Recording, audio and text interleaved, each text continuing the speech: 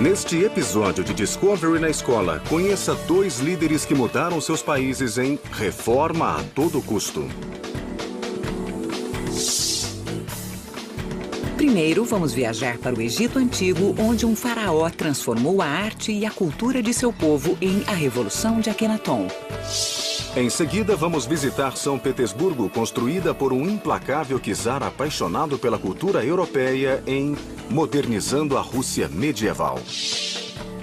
Fique atento às questões, atividades e fontes de pesquisa ao final de cada segmento.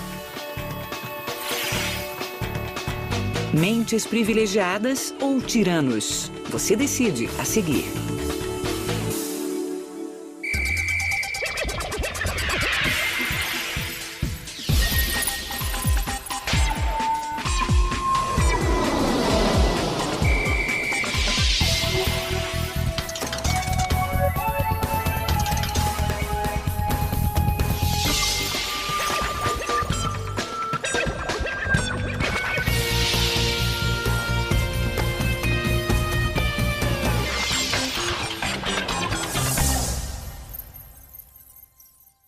Ao assistir à primeira parte deste programa, reflita sobre as seguintes perguntas.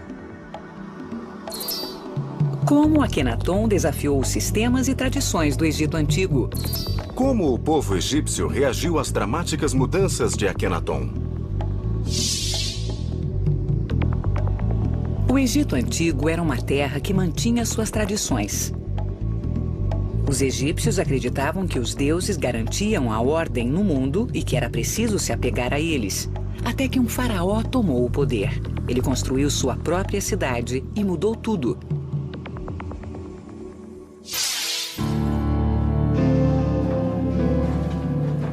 Egito Eterno. Durante séculos, os deuses haviam protegido a nação. Mas o rebelde faraó Akenaton virou as costas aos deuses e abalou os princípios do país mais poderoso da terra. Akenaton foi um fanático religioso ou um pensador original?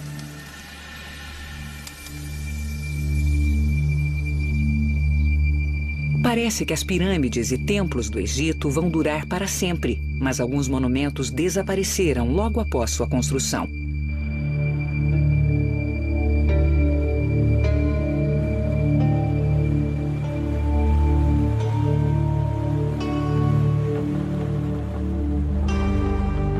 A 320 quilômetros ao sul das pirâmides de Giza se encontra a cidade de Amarna. Sob as areias do deserto estão os vestígios de um dos mais intrigantes lugares do Egito. Estranhos eventos ocorreram lá há 3.000 anos. Uma nova religião nasceu, um faraó deformado morreu e os egiptólogos ainda tentam entender o que aconteceu.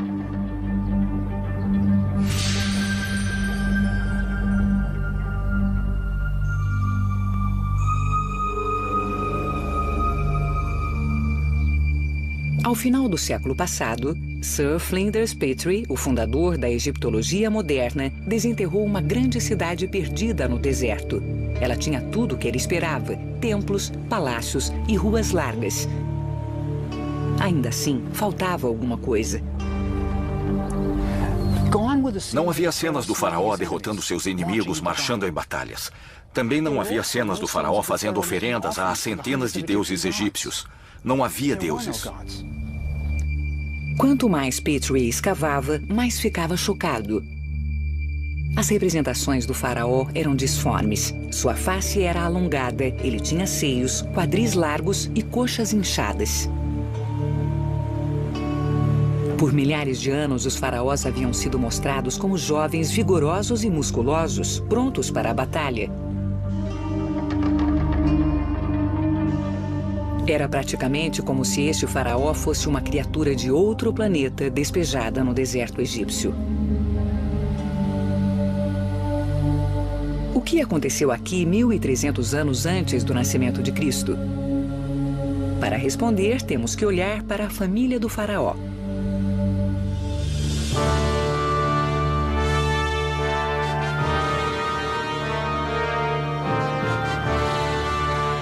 Era a época mais gloriosa do Egito. O país nunca foi tão rico, poderoso e seguro. Por todo o Nilo, os trabalhadores erguiam vastos templos para prestar homenagens a centenas de deuses. Se os deuses eram agradados, o Egito prosperava.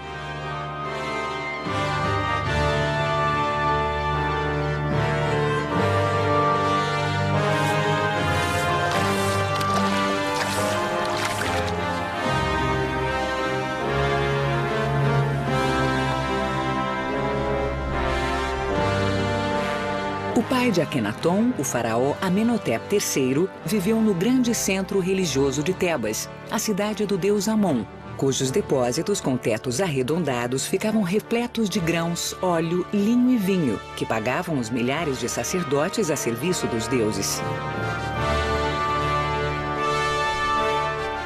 A religião era a principal indústria da cidade, e bem no centro disto estava Amenhotep III. Suas duas estátuas colossais ainda podem ser vistas na planície de Tebas. Naquele tempo, elas guardavam o vasto templo hoje soterrado. Toda a glória e riqueza de Tebas seriam logo abaladas por uma revolução sem precedentes.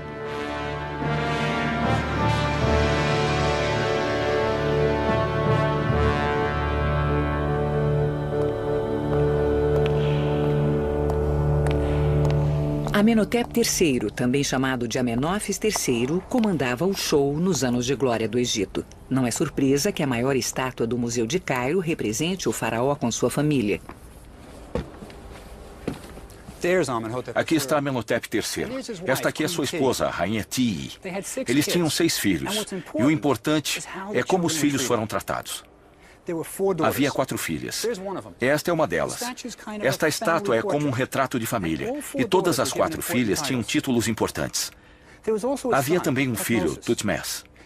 Ele foi nomeado alto sacerdote de Mênfis. E havia mais um filho, batizado com o nome do pai Amenhotep. Ele não está nesta estátua. Ele não está em nenhum retrato real. E em nenhum registro real. Há um verdadeiro mistério aqui. Por que a família real ignorou completamente seu filho mais novo?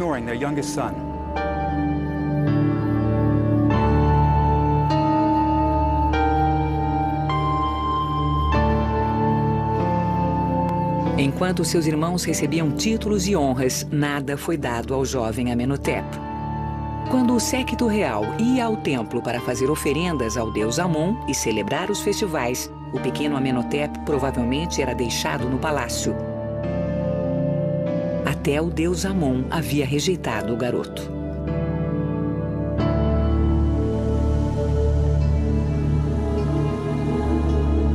Assim, o jovem príncipe era excluído das cerimônias do templo, onde seus irmãos faziam ofertas aos deuses.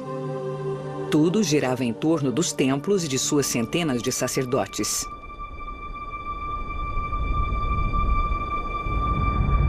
Este era um mundo que rejeitava o garoto. Mas as coisas estavam prestes a mudar. Depois do faraó, a pessoa mais importante da família real era a rainha Tii, a grande esposa do rei. Sua estátua mostra uma mulher poderosa do tipo que consegue o que quer. E sua ambição parecia estar focada em seu filho Amenhotep, que viria a mudar seu nome para Akenaton ao se tornar faraó. A rainha Tii queria que seu filho Akenaton fosse o faraó do Egito. O irmão mais velho de Akenaton havia morrido, mas havia outros candidatos ao trono. O faraó teve filhos com esposas de menor importância. Em circunstâncias normais, qualquer um deles poderia ser o faraó, mas foi o filho considerado o patinho feio que se tornou rei. É um curioso capricho da história. E nós vivemos até hoje as consequências da determinação de Tii para colocar Akenaton no trono do Egito. Levado ao topo por sua mãe ambiciosa, o rapaz tornou-se o governante do Egito. Mas uma pessoa tão rejeitada seria que tipo de faraó?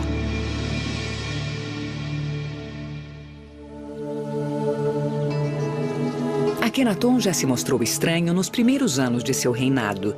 Ele começou construindo seu próprio templo em Karnak, o centro religioso de Tebas.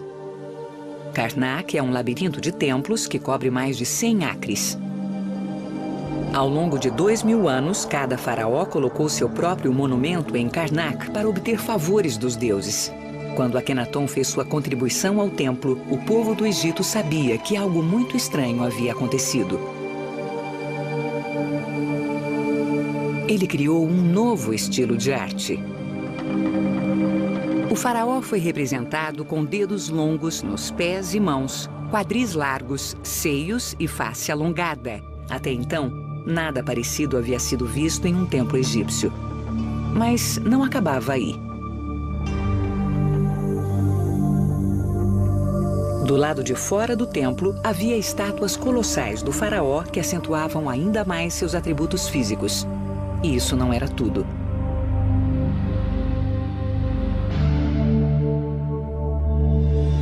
O templo foi coberto com figuras de Aton, o disco solar, com seus raios terminando em mãos segurando Ankhs, o hieróglifo que significa vida. Não havia Amon e nem os outros deuses egípcios. Eles foram substituídos pelo disco solar. As pessoas devem ter se perguntado, onde estão os outros deuses? Eles logo saberiam. Akenaton declarara pela primeira vez na história que só havia um deus. 2000 anos de religião egípcia foram colocados abaixo.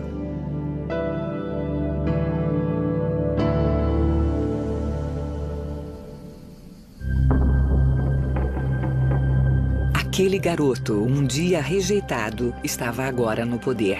Como faraó, Akenaton não poderia mais ser excluído dos festivais religiosos. Na festa de Opet, as estátuas dos 3 principais deuses de Tebas, Amon, Mut e Khonsu, foram levadas do templo de Karnak para o templo de Luxor. A ocasião exigia muitos dias de dança, canto e festa. Eu sempre quis saber por que Akenaton mudou tudo. Ele era rei do Egito, por que criar confusão? Mas se estivermos certos quanto a ele ter sido um filho rejeitado, isso explica tudo. Ele era como a Cinderela. Quando seus irmãos iam para os festivais religiosos, ele ficava em casa.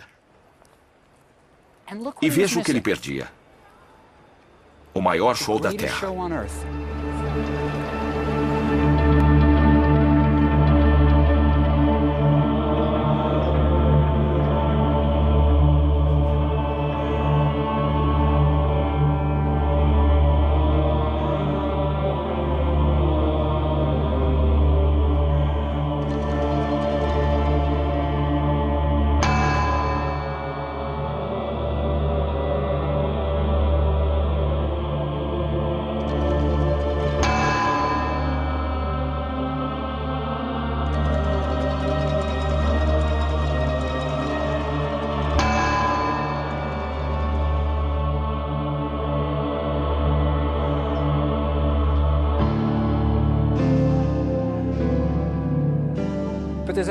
Mas há um final feliz, pelo menos por enquanto. Akenaton torna-se rei do Egito.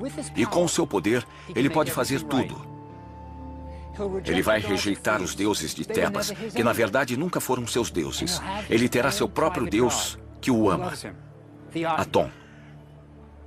Ele vai pegar sua nova religião, seu deus, e vai deixar Tebas e toda uma infância sofrida para trás. Ele vai dar início a um novo mundo. A única pergunta é onde?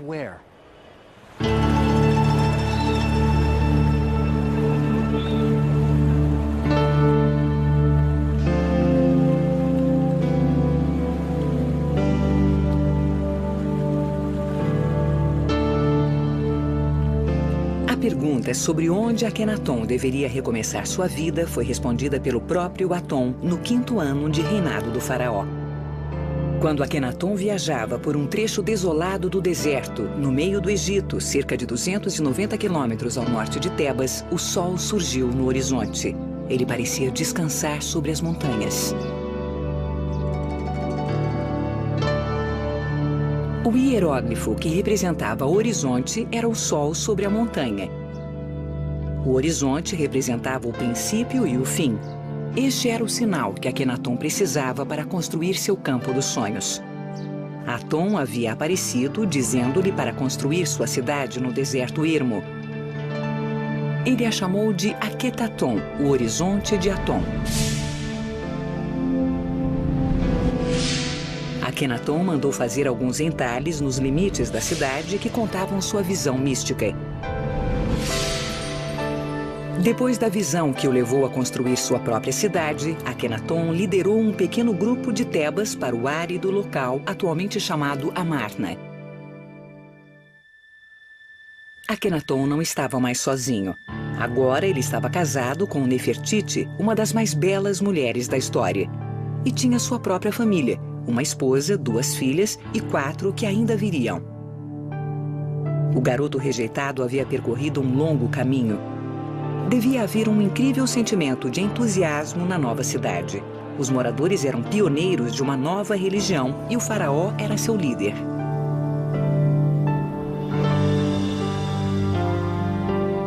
O fato foi um divisor de águas na história do mundo e Akhenaton o seu pivô.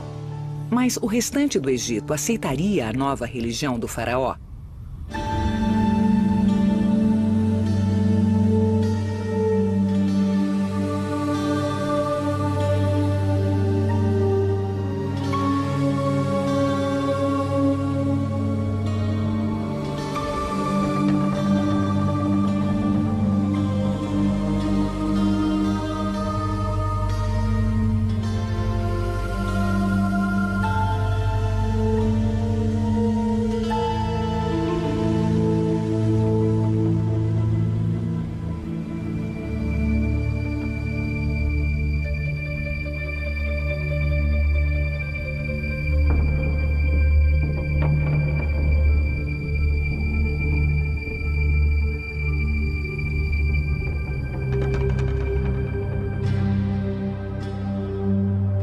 Os sacerdotes se faziam a mesma pergunta: o que será de nós com Aton sendo o único Deus?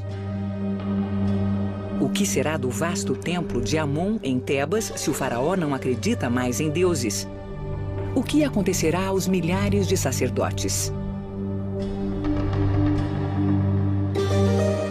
O poderoso clero de Tebas estava furioso com Akhenaton. O faraó havia declarado a extinção de seus deuses, desertado da capital religiosa do Egito e jurado nunca mais voltar.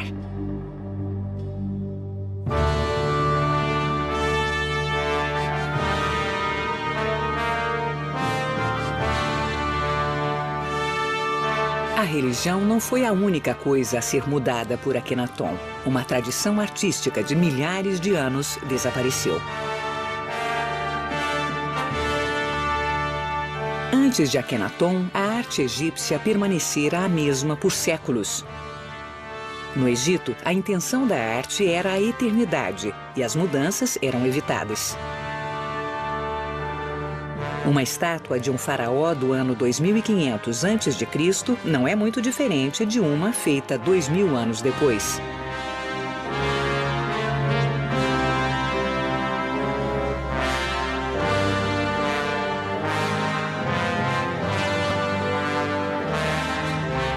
Akhenaton surpreendeu com suas decisões. Não havia mais os ideais de corpos musculosos. Akhenaton era mostrado de forma realista. O slogan para a era de Akhenaton foi "Vivendo a Verdade". Se o faraó era deformado, assim seria representado. A nova arte era libertadora para o faraó e deu aos artistas de Amarna uma liberdade de expressão que nunca haviam experimentado antes.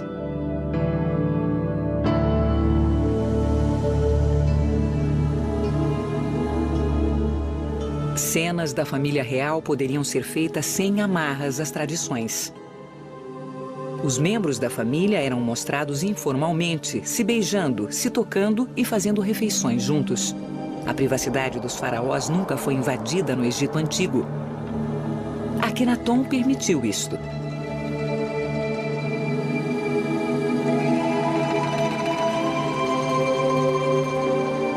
Quando jovem, em Tebas, Akhenaton nunca havia sido mostrado com sua família ou sequer mencionado em monumentos.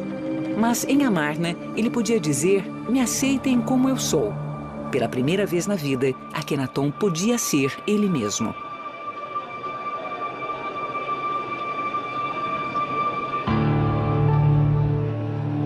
Em sua cidade sagrada, no meio do deserto, Akenaton livrou-se do sofrimento da infância em Tebas.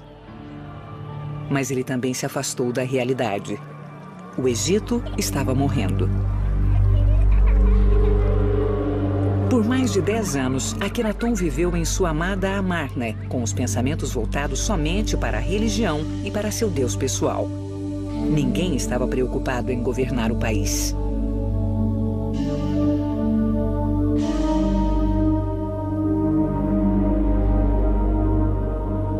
O exército do Egito, que já havia sido grande, tornou-se fraco e os países estrangeiros não enviavam mais seus tributos.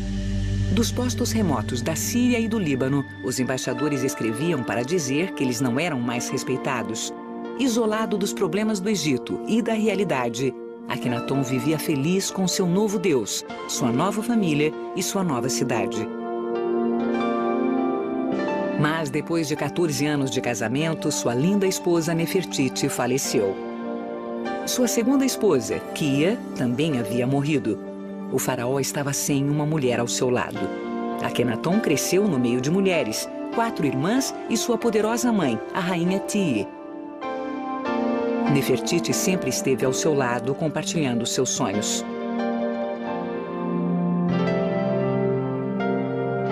Kia, também uma bela mulher, havia sido importante para o faraó, tendo ganhado seu próprio templo. Com as esposas mortas, Akenaton estava sozinho novamente. A grande experiência no deserto estava chegando ao fim. No 17º ano de seu reinado, com cerca de 30 anos de idade, Akenaton morreu e desapareceu da história. Será que um dia saberemos o que realmente aconteceu em Amarna? Akenaton se parecia mesmo com suas estátuas? Algumas pessoas acham que só teremos as respostas se a múmia do faraó for encontrada. E isto é o que alguns egiptólogos acreditam ter acontecido em janeiro de 1907.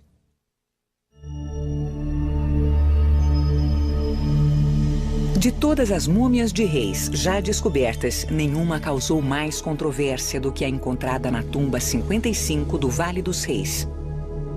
No início do século XX, Theodore Davis, um milionário americano, fazia escavações no Egito e descobriu uma tumba onde um sepultamento do período de Amarna havia sido refeito. A tumba estava claramente inacabada e o enterro foi feito às pressas. Painéis de madeira decorados foram encontrados pelo chão e recostados nas paredes. Estes painéis traziam imagens danificadas de Akenaton cultuando o disco solar, além do nome da rainha Tii. Em um nicho, havia 4 jarros de alabastro com os órgãos internos da múmia.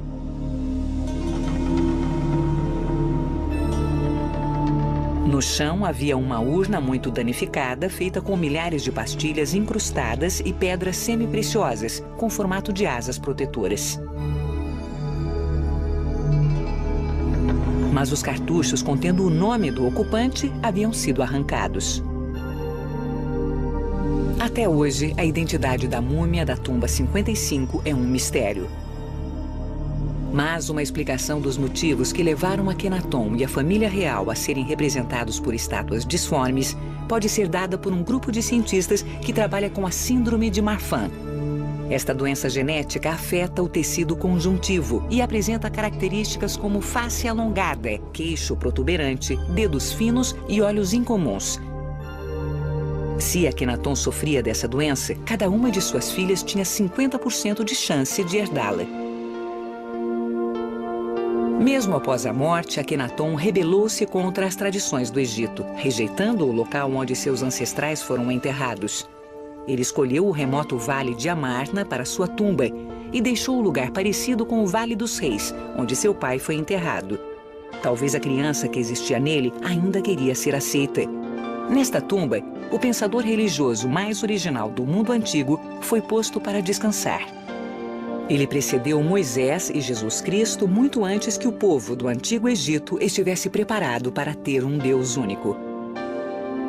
Logo após sua morte, os seguidores de Amarna, incapazes de compreender o ideal pregado por seu faraó, abandonaram a cidade, voltando para Tebas e para os deuses conhecidos. O nome de Akenaton, considerado um herege, seria apagado dos monumentos do Egito. Seu filho, o jovem faraó Tutankhamon, se tornaria conhecido em todo o mundo. A ousada experiência de Akenaton no deserto havia terminado. A cidade de Amarna retornou à areia. O egiptólogo americano James Breasted disse a respeito do faraó: morreu com ele um espírito que o mundo nunca tinha visto antes. Uma alma corajosa, encarando destemidamente um momento de tradição imemorial. Este homem, numa época tão remota e em condições tão adversas, foi o primeiro idealista e o primeiro indivíduo do mundo.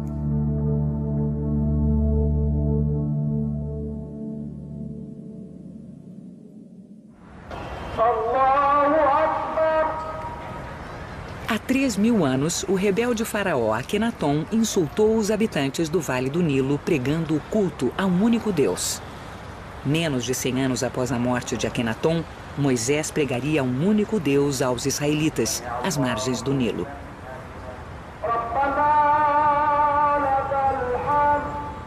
Hoje, nas mesquitas, milhões de egípcios ouvem os muezins afirmando que só existe um Deus e que Alá é o seu nome. A ideia de um Deus único, antes uma crença radical de um herege isolado, é hoje abraçada por muçulmanos, cristãos e judeus de todo o mundo. A visão de Akenaton sobrevive. Você sabia? A esposa de Akenaton, Nefertiti, era conhecida em todo o mundo antigo pela sua impressionante beleza. Seu nome significa "A Bela Chegou". Seu busto, hoje no Museu Egípcio de Berlim, é um dos trabalhos mais copiados do Antigo Egito. Você já tem todas as informações. Chegou o momento de esclarecer as dúvidas. Debata os seguintes temas. Como Akenaton desafiou os sistemas e tradições do Egito Antigo? Como o povo egípcio reagiu às dramáticas mudanças de Akenaton? Agora tente isto. Escolha 5 características positivas que um líder deve ter e exponha cada uma delas para a classe. Se você quiser aprender mais sobre o que acabou de ver, confira os seguintes endereços na internet.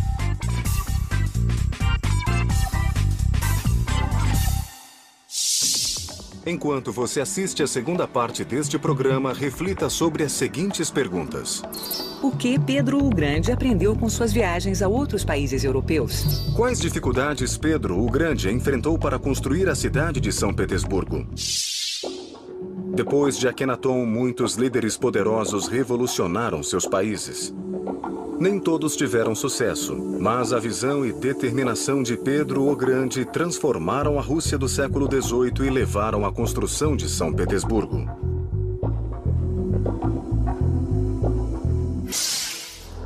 Na vasta e desolada planície russa, o tempo significava pouco. Uma nova era, o século XVIII, estava nascendo. Enquanto a maior parte da Europa vivia um período de progresso, a Rússia estava parada no tempo. Naquela época, ninguém sabia, mas em 1682 acontece algo que finalmente vai obrigar a Rússia a mudar. Um evento que marca o começo de uma extraordinária ascensão de poder. A ascensão do czar Pedro. Este gigante de 2 metros de altura trará mudanças igualmente gigantescas para alinhar a Rússia ao restante da Europa. Mas a tarefa não será fácil. Com 8 milhões de camponeses, a Rússia é uma relíquia da Idade Média.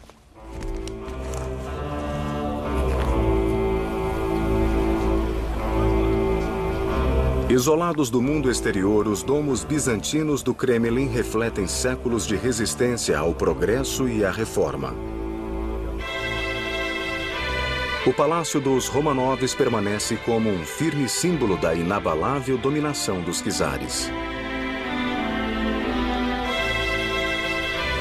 Eles têm o poder de vida e morte sobre milhões. Seu desejo é lei. Mas mesmo na longa história da Rússia, poucos governantes lutaram pelo poder. O reinado de Sofia Romanov começou como terminaria, banhado em sangue. Em 1682, o czar reinante morreu, deixando seus 2 irmãos mais novos como herdeiros. Sua irmã Sofia tomou a iniciativa. Ela induziu a guarda do palácio, chamada de Streltsy, a tomar o Kremlin para que ela assumisse o controle.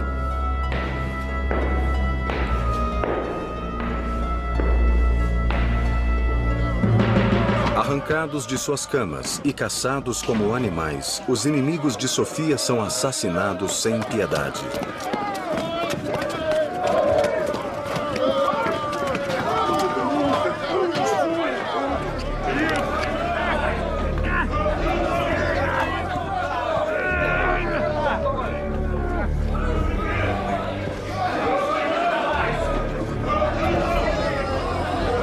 Duas testemunhas da brutalidade de Sofia são sua madrasta, Natália, e seu irmão, Pedro.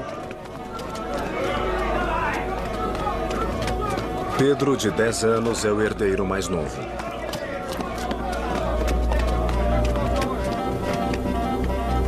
Outro herdeiro é Ivan, que aos 16 anos tem mais direito ao trono.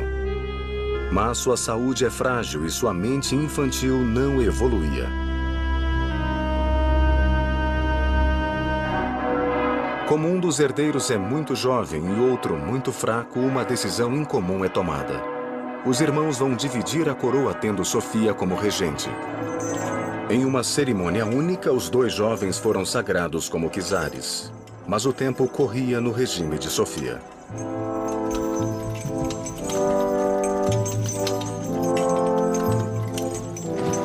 Era 1689 e Pedro chegava rapidamente à idade em que poderia governar sem um regente. Sofia não desistiria de seu poder facilmente. Ela havia se convencido que o irmão estava liderando uma rebelião contra ela e, num arrepiante eco de seu primeiro golpe, chamou os guardas do palácio. Pedro acordou diante do mesmo pesadelo que aterrorizou sua infância. Os guardas marchando contra ele. Mas isso havia acontecido 7 anos antes, quando ele era apenas um menino. Agora ele era o czar. Nenhum guarda do palácio teria coragem de tocar a encarnação de Deus na terra. Sofia poderia até ter o trono, mas Pedro tinha o direito divino. Os guardas abandonaram Sofia. Pedro não estava planejando um golpe, mas como o evento se mostrou uma chance de se livrar de Sofia, ele aproveitou a oportunidade.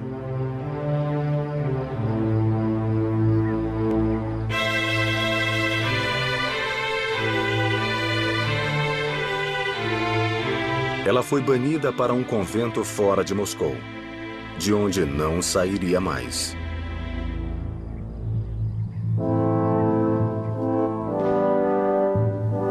Após um ano no poder, Pedro casou-se. A escolhida, Evdokia, era tímida e inculta, mas se mostrou uma esposa obediente e lhe deu um filho.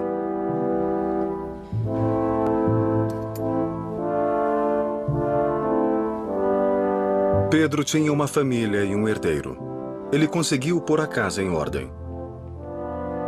Agora o czar enfrentava um novo desafio. Logo, ele viraria as costas a milhares de anos de tradição russa para entalhar nas vastas e rudes regiões do leste um novo e poderoso império.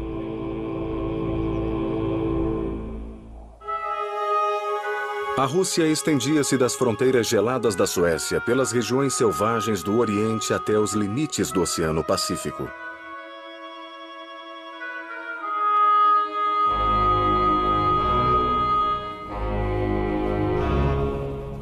Das 8 milhões de pessoas nascidas nessa implacável terra, 95% eram escravizadas, fadadas a uma pobreza massacrante e ao forte trabalho braçal. Era uma vida impiedosa, sem dignidade ou mesmo humanidade. O progresso era deplorável. Os camponeses não tinham estudo, tinham poucas ferramentas e nenhuma visão do futuro. Essa era a Rússia que Pedro herdou. Um país onde o povo era confinado e não ocorriam mudanças. Só um lugar era diferente. A menos de 5 quilômetros de Moscou, uma próspera vila de estrangeiros com esplêndidas casas de pedra formava o chamado subúrbio germânico, onde a maioria dos estrangeiros vivia.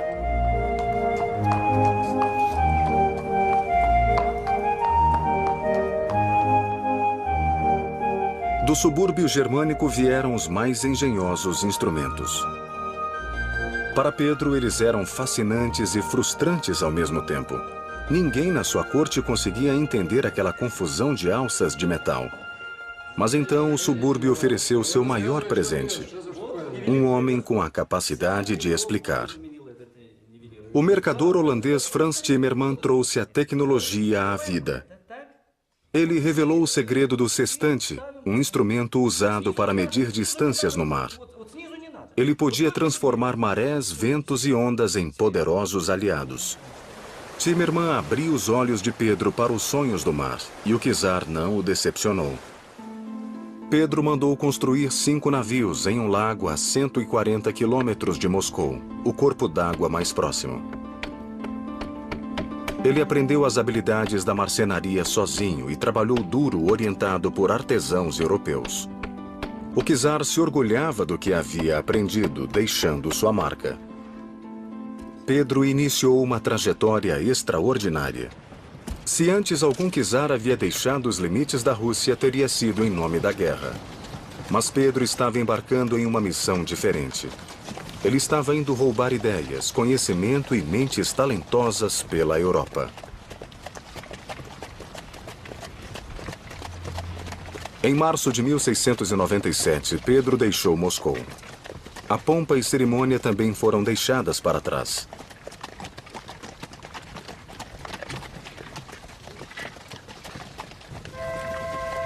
A primeira parada de Pedro foi a cidade sueca de Riga, na costa do Mar Báltico. Depois, o czar rumou para o sul. Uma rápida jornada por Berlim e Hanover o trouxe ao seu destino desejado, a cidade que ele queria conhecer desesperadamente: Amsterdã. Amsterdã é uma das mais ricas cidades do mundo e prova do gênio do Ocidente. A cidade cresceu em um pântano. Drenando e construindo diques, os holandeses detiveram o oceano. O mesmo feito de engenharia foi usado para construir casas de causar inveja à Europa. Fileiras de casas margeavam uma rede de canais, por onde as pessoas e as mercadorias cruzavam a cidade. Mas a beleza dessa arquitetura e o suave movimento de suas águas contradiziam a força de Amsterdã. O segredo da riqueza da Holanda era sua frota de 4.000 navios mercantes, maior do que a frota de todos os outros países europeus juntos. Com navios holandeses em todos os mares, a Holanda tinha o monopólio virtual do mercantilismo mundial. Pedro sabia que neste lugar descobriria os segredos da construção de navios. Para estudar o assunto, ele contratou centenas de capitães e marinheiros, construtores e pilotos, e os enviou à Rússia. E ele comprou suas próprias ferramentas. Nenhum construtor trataria o czar da Rússia como um aprendiz comum. Então Pedro manteve sua identidade em segredo. Ele assinava como um carpinteiro chamado Pedro Mikhailov. Após 4 meses, ele terminou seu navio, batizado de Pedro e Paulo. A convite do rei William III, ele navegou para Londres, onde o arquiteto Sir Christopher Wren estava construindo a Catedral de St. Paul. O czar visitou o Observatório Real para consultar o astrônomo. E vendo a Casa da Moeda e o arsenal do rei, se inspirou em ideias para moedas e canhões. Pedro fez a viagem de volta passando por Leipzig, Dresden e Praga, chegando à corte do imperador da Áustria. Nenhuma outra cidade podia rivalizar com Viena por seu júbilo e esplendor. Um Pedro experiente e ocidentalizado preparava-se agora para aprender uma nova arte europeia, os prazeres da alta sociedade. Enquanto estava a milhares de quilômetros de Moscou, Pedro recebe notícias terríveis. Os guardas do palácio haviam se revoltado. Ele retornou rapidamente, parando apenas para trocar os cavalos. Quando chegou a Cracóvia, na Polônia, Pedro soube que a rebelião estava enfraquecendo. Quando o czar finalmente chegou à Rússia, havia 1.800 prisioneiros acorrentados. Seus generais informaram que seus guardas se rebelaram porque não queriam sair de Moscou para lutar contra os turcos. Mas Pedro achava que não haviam lhe contado toda a verdade. Certo de que havia um plano maior, ele queria forçar a verdade a qualquer custo. O czar então ordenou a execução de 130 líderes. O restante foi torturado. Os guardas foram interrogados 6 dias por semana durante 6 semanas. Mas Pedro não encontrou nenhuma evidência de conspiração. Ele ainda enforcou centenas de rebeldes nos muros do Kremlin.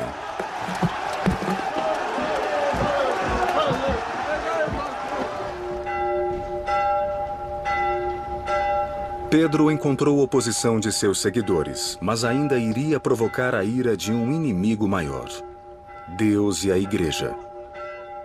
A Igreja russa era a guardiã da tradição.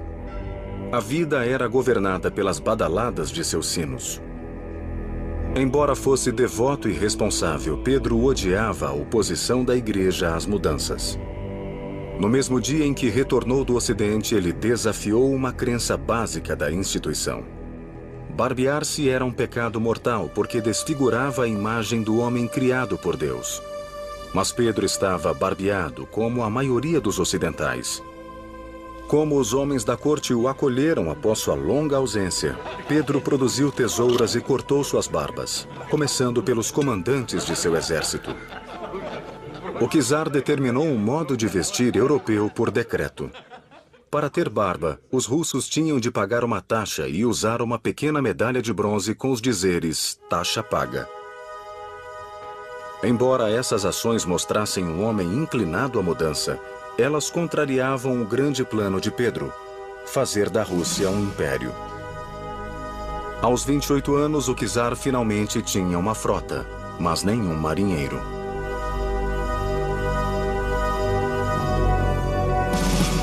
Então Pedro olhou para o oeste em direção à Suécia. Por 500 anos, russos e suecos disputaram o território ao redor do Mar Báltico. Estas terras garantiam acesso à Europa e Pedro estava determinado a tê-las. O rival de Pedro era apenas um garoto de 18 anos. Assim como Pedro, Carlos XII havia ascendido ao trono na infância. Ele também tinha apetite por conflitos, o que o fez formar um dos melhores exércitos da Europa. Os suecos encontraram os russos no forte de Narva. O exército de Carlos está exausto pela longa marcha. Além disso, estão em número bem menor. Para cada soldado sueco, Pedro tem 4 russos. Mas a audácia é a marca de Carlos. Ele ataca os russos.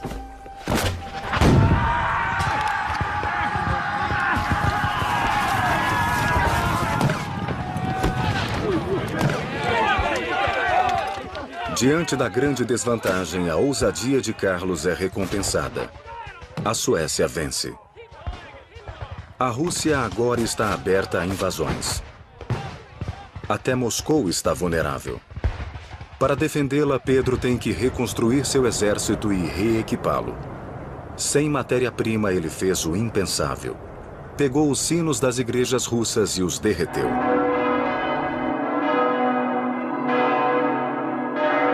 Pedro transformaria o bronze sagrado em novas armas diabólicas. Para muitos era sacrilégio, mas para Pedro era progresso.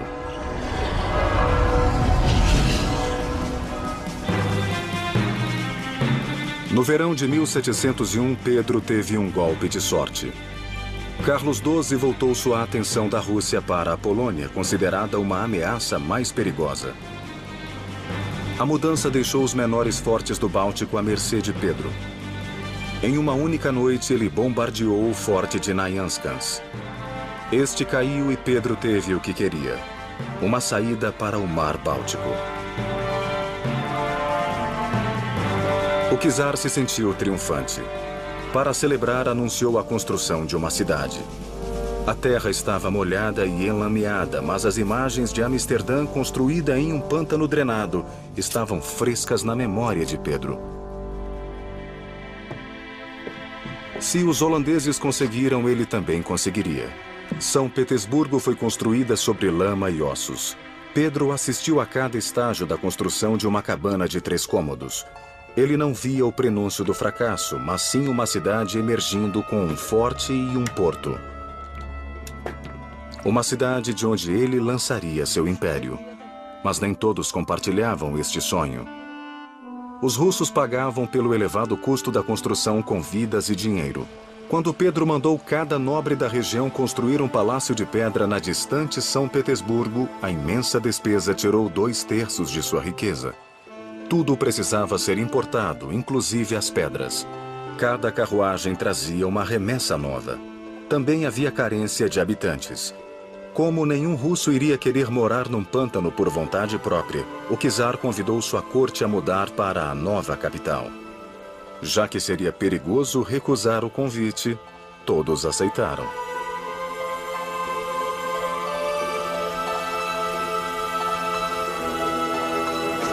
Mas mesmo com a cidade crescendo, o perigo surgia no Báltico. Em 1708, o fantasma de Carlos XII da Suécia voltou a assombrar a Rússia. Se Carlos achou que poderia juntar suprimentos para seus soldados enquanto marchava pela Rússia, estava enganado.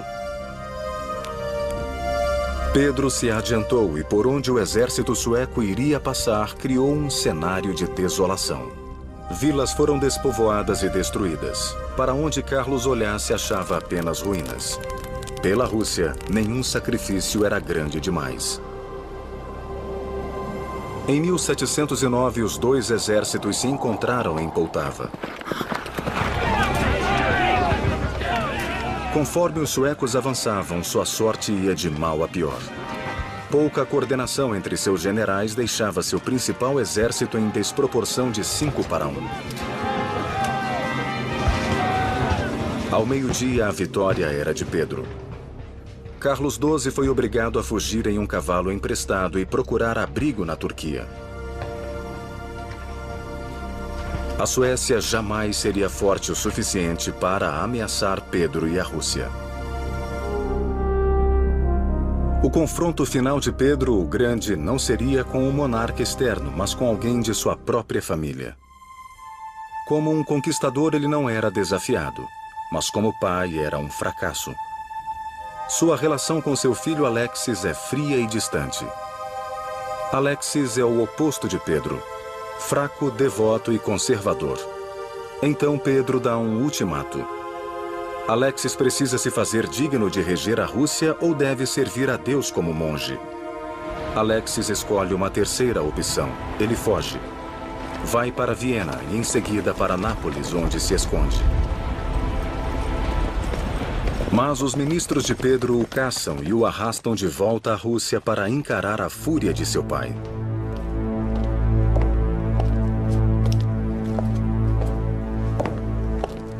Alexis corre o risco de ser executado por discordar abertamente do czar. Mas Pedro concorda em poupar sua vida com 2 condições. Alexis precisa mostrar interesse pelo trono e nomear pessoas. As ações de Pedro eram extremas. Ele suspeitava de um plano maior. Meses depois, Pedro descobre que seu filho planejava afundar a marinha e abandonar São Petersburgo quando se tornasse czar.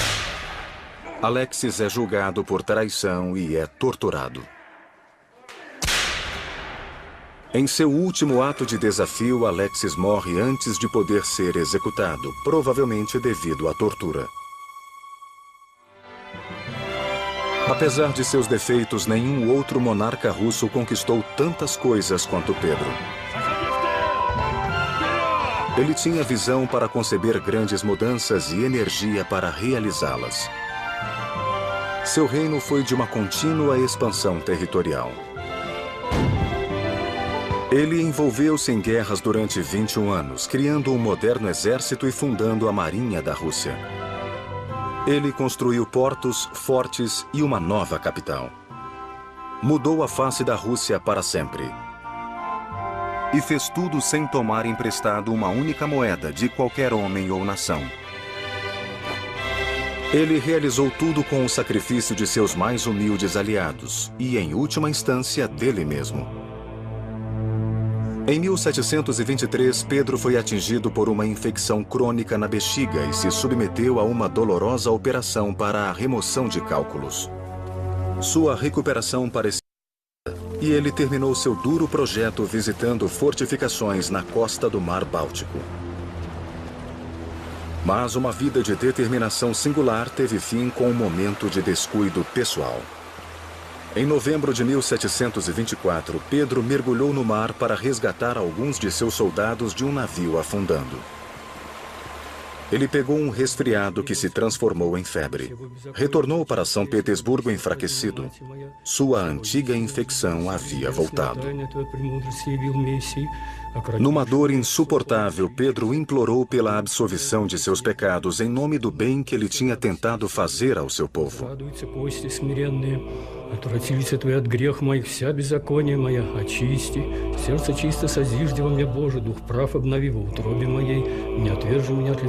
Na manhã de 28 de janeiro de 1725, Pedro entrou em coma e morreu. O que levou Pedro a fazer o que nenhum russo havia feito? Ele levava consigo um brasão com a seguinte inscrição entalhada: "Eu sou um aluno e preciso ser ensinado." Ele teve a humildade de aprender com suas próprias mãos e a arrogância de acreditar que poderia ensinar uma nação a abandonar seu passado e abraçar o futuro. As lições deste gigante levaram uma nação igualmente gigante para frente e para dentro de um mundo que o czar mudaria para sempre. "Eu o vejo em todos os lugares", escreveu um russo. "Eu me recuso a acreditar que havia apenas um Pedro o Grande e não vários dele." Você sabia? Pedro o Grande mudou a capital da Rússia para São Petersburgo em 1712, fazendo do francês e não do russo sua língua preferida na corte. Somente em 1918, os bolcheviques mudaram a capital para Moscou novamente.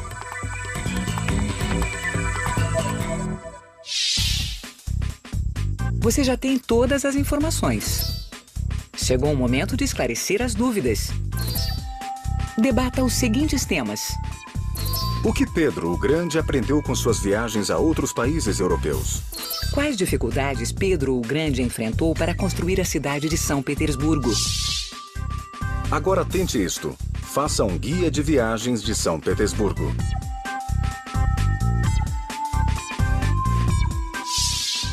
Esperamos que você tenha gostado deste Discovery na Escola Reformista. Se você quiser aprender mais sobre o que acabou de ver, confira os seguintes endereços na internet.